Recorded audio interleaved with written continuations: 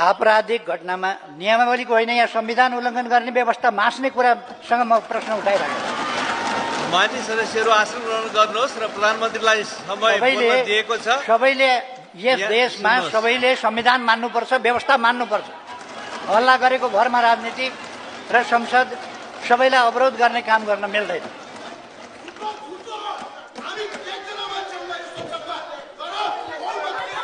हाल राष्ट्रिय सभाका माननीय सदस्य एवं तत्कालीन गृहमन्त्री श्री कृष्ण प्रसाद सिटौलाले सरकारको तर्फबाट संवाद व्यवस्थापन गर्नुभएको थियो।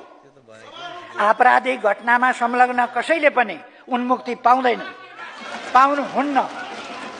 यसमा पूर्व राजा शाहले पनि उन्मुक्ति पाउनुहुन्न।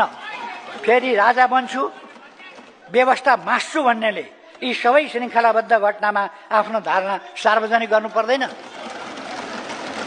मानिसलाई मर्नलाई दुरुत्साहन गर्ने जनकमान्डर, इतिहासले कुनामा फ्याँकेका व्यक्ति, अभियानका संयोजक, धनजनको क्षति र लुटपाट, शासक बन्ने मनसुबा बोक्ने व्यक्ति आफ्नो कुरा राखिरहनु भएको छ। चुपचाप यहाँको सहमति असहमति त्यसलाई पछि यी सबै घटनाको मूल जिम्मेवार उहाँ हो।